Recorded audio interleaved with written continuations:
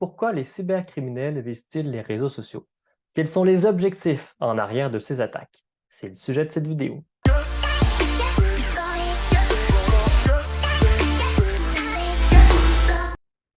On le constate, les cyberattaques visant spécifiquement les réseaux sociaux sont en constante augmentation et elles visent tout le monde. PME, grandes entreprises, particuliers, solopreneurs, créateurs de contenu. Bref, tout le monde est à risque de se faire pirater ces réseaux sociaux. Je m'appelle Julien Testarma et je suis spécialiste de la sécurisation des réseaux sociaux. Alors sans plus attendre, rentrons dans le vif du sujet et voyons ce qui motive les cybercriminels à s'attaquer à nos réseaux sociaux. Alors des objectifs, j'en ai recensé 5. Le premier, c'est nuire à votre réputation. En effet, ils vont parfois chercher à porter atteinte à la réputation d'une personne ou d'une entreprise au travers de leur action.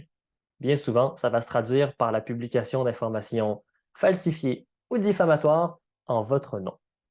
Le deuxième objectif, c'est l'usurpation d'identité. Alors à ce moment, ils vont tenter de prendre possession d'un compte ou d'une page entreprise et de se faire passer pour vous. Alors bien souvent, ils vont faire la promotion de produits en espérant que les gens achètent ces produits en pensant que c'est vous. Et c'est au travers des ventes qu'ils vont faire de l'argent. Le troisième objectif, c'est la collecte de renseignements personnels et de données confidentielles.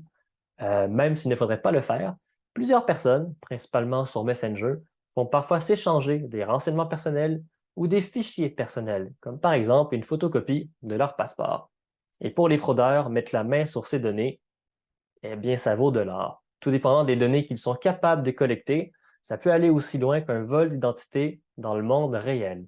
Et quand ça arrive, les répercussions sont assez importantes. Dans le cas des entreprises, ils vont plus viser des données confidentielles, comme des plans d'affaires, des stratégies commerciales, des données financières, etc. Et avec ces données, eh bien, ils vont soit tenter de les vendre à vos concurrents ou de vous nuire tout simplement en les publiant sur Internet si vous ne payez pas une rançon. Donc ça aussi, on le voit parfois. Un quatrième objectif maintenant, c'est le vol de compte pour la revente. Donc là, ben, c'est très simple. Ils vont pirater un compte Instagram ou un compte TikTok. Ils vont supprimer tout le contenu, changer le nom, et le compte va se retrouver en vente sur le dark web. Parce que oui, plusieurs personnes sont bien intéressées à acquérir ce type de compte. Parfois, ce qu'ils vont faire, c'est qu'ils vont laisser le contenu et ils vont contacter le ou la propriétaire du compte à partir d'une autre plateforme et ils vont lui demander de payer de l'argent s'ils veulent ravoir leur compte. Ça aussi, on l'a vu parfois. Enfin, le cinquième objectif, c'est le détournement de fonds. Donc là, bien, ils vont viser les compagnies qui possèdent des comptes publicitaires parce que sur les comptes publicitaires, on enregistre des données de paiement, ce qui sert à payer les publicités.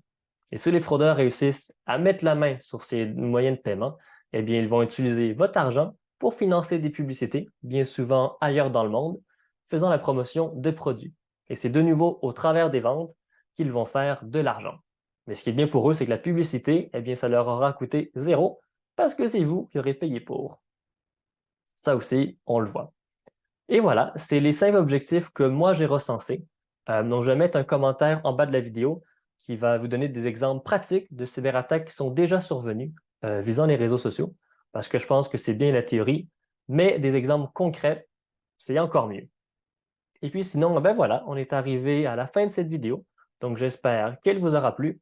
Et dans mon cas, on se dit à mardi prochain pour une autre vidéo. Bonne journée.